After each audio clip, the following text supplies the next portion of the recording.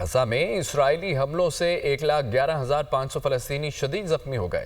غزہ وزارت صحت کے مطابق 12,500 مریضوں کو بیرونی ممالک میں علاج کی ضرورت ہے۔ زخمیوں میں 25,000 بچے شامل ہیں۔ کینسر کے 12,500 مریض سہولیات نہ ہونے کے باعث موت کے منہ میں ہیں۔ غزہ وزارت صحت کے مطابق غزہ میں اسرائیلی حملوں سے 1,11,500 فلسطینی شدید زخمی ہو چکے۔ غزہ وزارت صحت کے مطابق 12,500 مریضوں کو بیرونی ممالک میں علاج کی بھی ضرورت ہے۔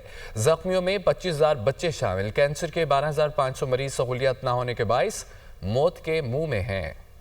غزہ وزارت صحت کے مطابق 12,500 مریضوں کو بیرونی ممالک میں علاج کی ضرورت ہے۔ زخمیوں میں 25,000 بچے شامل ہیں۔ کینسر کے 12,500 مریض سہولیات نہ ہونے کے باعث موت کے منہ میں ہیں۔